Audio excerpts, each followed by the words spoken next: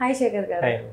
So నిన్నటి episode మీకు నిజంగా చెప్పాలంటే నాకేమనిపించింది అంటే మొన్న 2-3 డేస్ బ్యాక్ జరిగిన ఎపిసోడ్స్ కి నిన్నటికి కొంచెం డిఫరెన్స్ కనిపించింది. అందరికీ చాలా కూల్ గా అంటే కామ్ గా వెళ్తున్నారు. సో మీకు ఎలా అనిపించింది నిన్నటి ఎపిసోడ్? కలుస్తున్నారండి, అంటే మొదట్లో ఒకరితో ఒకరికి పరిచయాలు ఉండకపోవటం, ఆల్రెడీ పరిచయాలు ఉండి వెళ్ళిన వాళ్ళని మనం చూసాము, వాళ్ళని పలకరించుకునే విధానం కానీ అక్కడ ఆ 14 మందిలో చాలా మందికి తెలియని వాళ్ళు కూడా ఉన్నారు. దానివల్లే అసలు స్టార్టింగ్ గొడవలు స్టార్ట్ అయినాయి. సో మెల్లమెల్లగా కలుస్తూ ఉన్నారు కాబట్టి వాళ్ళ మధ్యన కొంచెం బాండింగ్ కూడా పెరుగుతూ ఉన్నది. నిన్న మొన్నటితో నామినేషన్తో సెకండ్ డే నామినేషన్ హీట్తో బిగ్ బాస్ గురించి ఒక చర్చ అయితే వెళ్ళింది మణికంఠ ఇష్యూ తోటి. అప్పుడు పల్లవి ప్రశాంత్ ఇష్యూతో ఎలాగైతే నామినేషన్ గురించి ఆ గొడవల గురించి ఒక్కసారిగా ఇందులో తొలివారంలోనే అయ్యింది. మంచి హీట్ డిస్కషన్స్ నడిచినాయి. తర్వాత మణికంఠ ఇష్యూ కానీ లేదంటే ఒక వేవ్ నడిచినట్టుగా వచ్చింది ఈ వారం రోజుల్లోని. తర్వాత నిన్న కొంచెం కూల్గా నడిచిపోయింది, 2 రోజులు కూడా కొంచెం కూల్గా నడిచిపోయింది. ఈవెన్ నిన్న మనకి చూస్తే ఈ టాస్కులు మొదలైనవి. టాస్కుల్లో కూడా ఎవరికాళ్ళు టీమ్ డివైడ్ చేసుకోవటం, ఆ టాస్కులు కూడా కొంచెం మరీ భలే ఉన్నాయి అన్నట్టుగా బాగానే నడిచిపోతున్నాయి. ఇంకా అంతకు మించి బిగ్ బాస్ నుంచి గేమ్స్ నుంచి మనం ఏమి ఊహించాలి. కాకపోతే అక్కడ మనకి కనిపించేది అది కనిపించకుండా అక్కడ హౌస్లో జరుగుతుంది, లైవ్ ఎపిసోడ్లో ఏం జరుగుతున్నాయి ఇవి కూడా చాలా కీలకమే కాబట్టి ఇంపార్టెంట్. సో నిన్న అక్కడ గ్రూప్ ఫామ్ అయిన విధానాన్ని బట్టి చూస్తే మనకి డాన్సరు నైనిక టీంలోనే ఫస్ట్ ఎవరికాళ్ళు సెలెక్ట్ చేసుకోండి అని అన్నప్పుడు ఆమె ఫటాఫటా ఇంకా ఏమి తను వీళ్ళు అని చెప్పి చాలా వాళ్ళ మిగిలిన టీంలో వాళ్ళిద్దరూ కూడా కొంచెం ఆలోచించి ఎవరిని తీసుకోవాలా అని చెప్పేసి ఆలోచిస్తూ ఉన్నారు. ఈమె ఆలోచించట్లేదని కాదు కానీ ఫటాఫటా నిర్ణయాలు తీసుకున్నది, థాట్ ఉన్నది. ఎందుకనంటే ఇప్పుడు ఆట ఆడించుకునే లీడర్కి అని అంటే ఆటలో వాళ్ళే ముందు ఉండాలి. మనం ఆ సర్కిల్ లైన్లో కూడా మనం నిలబడినప్పుడు నైనికనే ఫస్ట్ ఉన్నది. తను అంటే లీడర్షిప్ క్వాలిటీ అది. ఎందుకంటే లీడర్షిప్ అని అంటే ముందు మనం ఉండేది, ముందు మనం ఆడగలగాలి. నాకంటే బాగా ఇప్పుడు నేను ఆడలేకుండా మిగతా వాళ్ళని నువ్వు బాగా ఆడంటే వాళ్ళు ఏం ఆడతారు. సో ఈమె బాగా ఆడుతుంది ఫిజికల్ టాస్క్లు అన్నప్పటికీ. నేను ఆదిత్య ఓం కూడా అదే అన్నారు, ఫిజికల్ టాస్క్లు అని అన్నప్పటికీ అసలు నైనికలో ఉన్న కాన్ఫిడెన్స్ కానీ నైనిక ఆమె పెర్ఫార్మెన్స్ కానీ అసలు ఎవరిలోనూ కనిపించట్లేదు నాకు అని చెప్పేసి ఒప్పుకున్నాడు ఆయన. అది కూడా నిజమే, అది టాస్కుల్లో కూడా. అయితే ఆ టీమ్ సెలెక్షన్ చేసుకునేటప్పుడు కూడా ఈ 3 టీముల్లో అంటే మనకు అక్కడ కూడా క్లియర్గా ప్రేరణ వచ్చి నిలబడినప్పుడు కన్నడ బ్యాచ్ అని అంటున్నారు కదా ఆల్రెడీ ఫామ్ అని చెప్పేసి, ప్రేరణ వచ్చినప్పుడు నాకు కావాలని చెప్పేసి ఇద్దరు ఉన్నారు. అంటే మనకి ఎందుకు ఆ కన్నడ వాళ్ళంతా ఒక గ్రూప్గా ఆడుతున్నారు అనే దానికి కూడా నిన్న కూడా మనకు కనబడింది. ఇప్పుడు ప్రేరణ వచ్చినప్పుడు అదే విష్ణుప్రియ యాక్చువల్గా చెప్పాలని అంటే ఆమె ఫిజికల్గా కూడా ఆడగలదు. ఆమె వచ్చినప్పుడు ఆగిపోయారు వాళ్ళు, ఎవరు తీసుకోవడానికి ఇష్టపడలేదు. కానీ అక్కడ ఇంకొక ఇంట్రెస్టింగ్ ఏంటంటే మణికంఠని తీసుకోవటం నిఖిల్ చెప్పాడు. అది కూడా ఒక స్ట్రాటజీ అనే అనుకోవచ్చు. ఎందుకు అని అంటే మణికంఠ విషయంలో మణికంఠ వీక్ అని తెలుసు. అతను ఫిజికల్ గా కూడా చాలా సన్నగా ఉన్నాడు, ఫిజికల్ టాస్క్ లో ఆడలేదు అనేది తెలుస్తూనే ఉంది. మెంటల్ గా కూడా అతను డిస్టర్బ్ గా ఉన్నాడు. సో ఇతని వల్ల అంటే ఆ టాస్క్ అనేది అక్కడ మనకి అన్ని ఫిజికల్ గానే ఉంటాయా లేదని అంటే మన ఏమి రకరకాల టాస్కులు పెడుతూనే ఉంటారు. అన్ని ఫిజికల్ టాస్క్లే ఉండవు అక్కడ, ఒకసారి మైండ్ ఉపయోగించి టాస్కులు ఉంటాయి.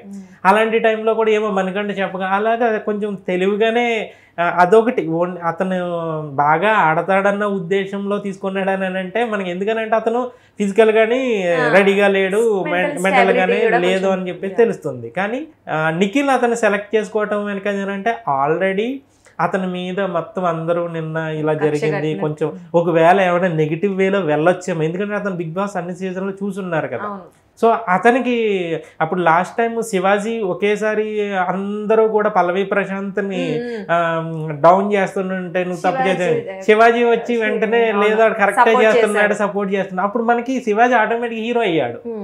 సో ఇక్కడ కూడా సేమ్ అదే స్ట్రాటజీలో అతను తీసుకోవటం కూడా. కానీ అక్కడ విష్ణుప్రియ వచ్చి డిస్కషన్ విషయంలో వాళ్ళ అసలు రియాలిటీ ఏందన్నది అక్కడ మనకి తెలిసిపోయింది. అంటే ఇప్పుడు మనకు చూసే వాళ్ళకి మణికంఠను టార్గెట్ చేస్తున్నారు, మణికంఠను డౌన్ చేస్తున్నారు, మణికంఠను ఒక వేస్ట్గా అలా లెక్క కడుతున్నారు అనడానికి ప్రూఫ్ అది. ఎందుకనంటే ఆమె వచ్చి అడిగింది, నేను అతనికంటే స్ట్రాంగ్ కదా, నేను అతనికంటే బాగా ఆడతాను కదా, నువ్వు అతన్ని ఎందుకు తీసుకోలేదు, అతన్ని ఎందుకు తీసుకున్నావు, నన్ను ఎందుకు తీసుకోలేదు అంటే క్వశ్చన్. అంటే పర్సన్ తో కంపేర్ చేసి ఇప్పుడు నన్ను ఎందుకు తీసుకోలేదు అని అడగటం వేరు, నన్ను ఎందుకు అంటే ఏంది అక్కడ నాకంటే నోటితోటే చెప్పింది మణికంఠ నాకంటే వీక్ కదా, నువ్వు ఎలాగ తీసుకున్నావు అతన్ని అని చెప్పేసి క్వశ్చన్. అప్పుడు నిఖిల్ చాలా తెలివిగా సమాధానం చెప్పాడు, నేను తీసుకోకుండా ఉంటే అసలు నిఖిల్ మణికంఠని ఎవరూ తీసుకోరు అసలేని అని చెప్పి స్టేట్మెంట్ ఇచ్చేశాడు. కానీ అక్కడ గేమ్ అనేది ఎవడు ఎలా ఆడతాడు ఎలా చెప్పి అంటే ఫిజికల్ టాస్క్ పెట్టిన ఫిజికల్ టాస్క్ ఆల్మోస్ట్ చాలా వరకు ఫిజికల్ టాస్క్లు ఉంటాయి కాబట్టి ఒక అవగాహనతో అతను ఫిజికల్ టాస్క్ ఆడలేడు అని చెప్పేసి అని అక్కడ అతన్ని తీసుకోవటం కూడా మనం ఇందాక చెప్పినట్టు శివాజీ స్ట్రాటజీలో అందరూ అతను డౌన్ చేస్తున్నప్పుడు నేను ముందుకెళ్ళి పర్లేదు రాని భుజం తడితే నేను మనం అనుకుని ఎవరన్నా వెళ్ళి అతను భుజం తడితే బాగుండని అనిపించింది అని మనమే అనుకున్నాం. సో నేను నిఖిల్ అతను తీసుకున్నాగానే నిఖిల్ ఇతను తీసుకున్నాడు మంచి పని చేసి చాలా అయ్యో చాలా బాగా మంచి నిర్ణయం తీసుకున్నాడు అని అదే దానికి స్టాండ్ అయి ఉంటే బాగుండేది. కానీ ఇక్కడికి వచ్చిన తర్వాత నేను తీసుకోకపోతే అసలు ఎవరో తీసుకోకుండా ఉండేరు అని అడిగినప్పటికీ ఏందనంటే ఇతన్ని ఎందుకు పనికిరానాడు ఒక వేస్ట్ లాగా లెక్క కడుతున్నారు. అతను అభయ్ నవీన్ వచ్చినప్పుడు కూడా అభయ్ నవీన్ కూడా అదే అవును కరెక్టే మనం ఎవరో తీసుకోరు నువ్వు కాబట్టి తీసుకున్నావు అసలని వేస్టే అన్నట్టుగా మాట్లాడారు. అక్కడ ఇక్కడికి ఏమనుకుంటున్నారు అని అంటే ఈ మణికంఠ వాళ్ళని మనం సరిగా ఆడరాయుడు ఎవరితోటి కలవడరాయుడు అని మాట్లాడుకోవడం వల్ల వీళ్ళు ఏమనుకుంటున్నారంటే వాళ్ళకి ఫేమ్ పెరుగుతుంది అని అనుకుంటున్నారో ఏమో కానీ చూసే జనాలకు మాత్రం వీళ్ళు వెనకంతా వీళ్ళు మణికంఠ గురించే మాట్లాడుకుంటున్నారు, వీళ్ళకి వేరే పని లేదా అతని పేరే వీళ్ళు పదే మణికంఠ ఇప్పుడు అతని ద్వారా అతను ఆడి టాస్క్ లో అద్భుతమైన పెర్ఫార్మెన్స్ చేసి అద్భుతంగా మాట్లాడి చేసింది ఏమీ లేదు. అతను లాస్ట్ టైం పల్లవి ప్రశాంత్ని ఎలాగైతే వీళ్ళందరూ అతని కోసం గుచ్చి చేశారో ఇప్పుడు అదే చేస్తున్నారు వీళ్ళు. తనంతట తను వెళ్ళి ఆడటము తన హీరోగా రావటము అనేది ఒకటైతే బిగ్ బాస్ లో వీళ్ళే హీరోని చేయటం అనేది ఒకటి. లాస్ట్ టైం పల్లవి ప్రశాంత్ అదే చేశారు. అతనంతటా అతను ఏమి బాగా ఆడి అబ్బా అద్భుతము బాగా మాట్లాడాడు అది ఇది అని చెప్పేసి ఒక్కొక్కసారి అయితే ఏం మాట్లాడుతున్నాడు బాబు అన్నట్టు తలను పట్టుకున్నాడు ఉన్నది. మళ్ళీ ఈ పుష్పాలు ఇవన్నీ చూసి ఈడేంద్ర బాబు అని అనుకున్న సందర్భాలు చాలా మంది ఉన్నాయి. కానీ అతను ఆడాల్సిన టైంలో ఆడేవాడు, మాట్లాడిన విషయంలో మాట్లాడేవాడు, అతని స్ట్రాటజీలో అతను వెళ్ళేవాడు. కానీ ఆ ఆటను కూడా కించపరుస్తూ మాట్లాడటం, అతని గురించే మాట్లాడుకోవటం, దానివల్ల జనాల్లో ఏమనిపిస్తుంది అని అంటే ఇతను కావాలని వీళ్ళు అతని గురించి సరే అతను ఆడలేకపోతే అతను. కానీ ఇక్కడ ఏందనంటే మనం అబ్జర్వ్ చేస్తే మనం గేమ్ ఆడటం ఒకటి మనం మాట్లాడటమే లేదనంటే వాళ్ళతోటి చర్చించి ఇదే కాదు మన ఆటని ఏ విధంగా వాడుతున్నాము, దాన్ని ఎంతవరకు చూపిస్తున్నారు, దాన్ని ఏ విధంగా చూపిస్తున్నారు అనేది కూడా చాలా కీలకం. కానీ ఇక్కడ మణికంఠ విషయంలో ఎక్కడ మణికంఠ గురించి చప్పుడైనా సరే బిగ్ బాస్ కెమెరాలో అటువైపు వెళ్తున్నాయి అబ్జర్వ్ చేస్తే మనం. అంటే మణికంఠ కంటెంట్ క్రియేట్ చేయాలి అన్న థాట్ అయితే ఉంది. ఇప్పుడు అక్కడ స్క్రీన్స్ మనకి లాస్ట్ టైం అన్ని సీజన్ కంటెస్టెంట్లు మనం చూసుకుంటే నేను వంటగదిలో పని చేసా లేకుంటే నేను చాలా రోజులు పని చేసా అసలు నన్ను ఎక్కడ చూపించలేదు అని చెప్పేసి అని అన్నారు. అది రియాలిటీ అది. ఎందుకని అంటే మనం ఆడటమే కాదు అక్కడ చూపించడం కూడా, కానీ ఎవరిని చూపిస్తారు అనేది కూడా కీలకం అక్కడ. మణికంఠని ఎక్కువ చూపిస్తున్నారని అంటే ఏదో ఉంది, మణికంఠం ద్వారానే మాటను ముందుకు తీసుకెళ్లేలా ఏదన్నా ప్లాన్ చేస్తున్నారా లేదన్నా. ఇప్పుడు కంటెంట్ క్లియర్ కనబడుతుంది కదా, హౌస్ లో 14 మంది ఉన్నాయనంటే కెమెరాలు అన్ని మణికంఠ చుట్టూనే తిరుగుతున్నాయి. అక్కడ మణికంఠ గురించి ఎక్కడెక్కడ ఎవరేమేమి మాట్లాడుకుంటున్నారో వాళ్ళ గురించే చూపిస్తున్నారు. సో అక్కడ మనకి క్లియర్గా ఒక గేమ్ స్ట్రాటజీ ఎలాగంటే ఆటగాళ్ళ స్ట్రాటజీ కాదు చూపించే స్ట్రాటజీ కూడా ఉంటుంది కాబట్టి ఏందన్నది మనకి అలవాటైపోయింది. ఇంకోటి అక్కడ నిన్న మణికంఠ విషయంలో కించపరిచే విధంగా అదే ఆమె నిన్న మన ఫెమినైన్ అని మాట్లాడింది అని చెప్పేసి దాని మీద అతను బాధపడ్డాడు, తిరిగి ఏం బాధపడింది అది.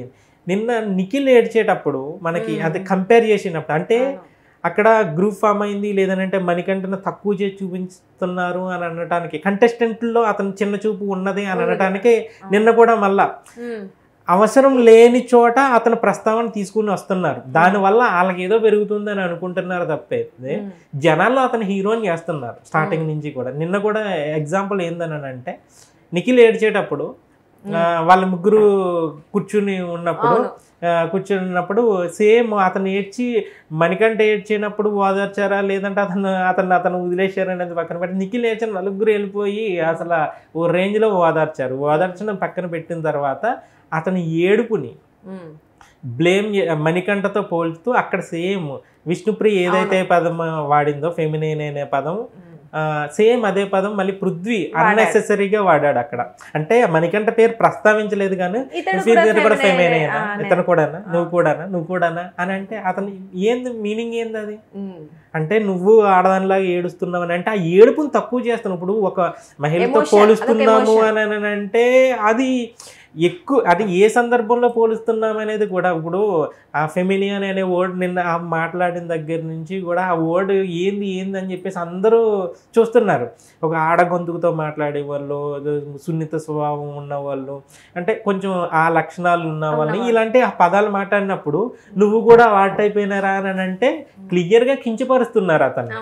ఇప్పుడు అతను బాధపడిన దాంట్లో తప్పేమున్నది? అది ఒక నలుగురు కూర్చుని ఒక వ్యక్తి పర్సనాలిటీ గురించి దిగజార్చి మాట్లాడటం అనేది వాళ్ళకి అది ఒక గొప్పగా ఉండొచ్చేమో కానీ చూసి జనానికి మాత్రం అది అతను కించపరుస్తున్నట్టుగానే ఉంటుంది. పైగా అటువంటి పదాలు ఒక తన వ్యక్తిత్వానికి సంబంధించిన ఇష్యూ అది, తన జీవితానికి సంబంధించిన ఇష్యూ అది. సో అతని గొంతు ఉండొచ్చు, లేదనంటే ఇప్పుడు అతనికి పెళ్ళి అయింది, కూతురు ఉన్నది, అతను లైఫ్ ఇప్పుడు అతను వచ్చి ఆ వీడియోలు చూసుకుని నన్ను ఇలాగన్నారా అని ఆ మాట అన్నందుకే అతను బాధపడ్డాడు. అలాంటిది మళ్ళా తన లేనప్పుడు ఒకవేళ తన ముందే అదే మాట అని అన్నాడు అనుకో, పృథ్వీని ఫేస్ టు ఫేస్ మాట్లాడుతున్నాడు రా ఇతను అని చెప్పింది. ఆ బ్యాక్ బిచ్చింగ్ అన్నట్టుగానే కనపడుతుంది. అది అంత అవసరం లేదు కదా అన్నట్టుగా అనిపించింది నిన్న ఎపిసోడ్లో.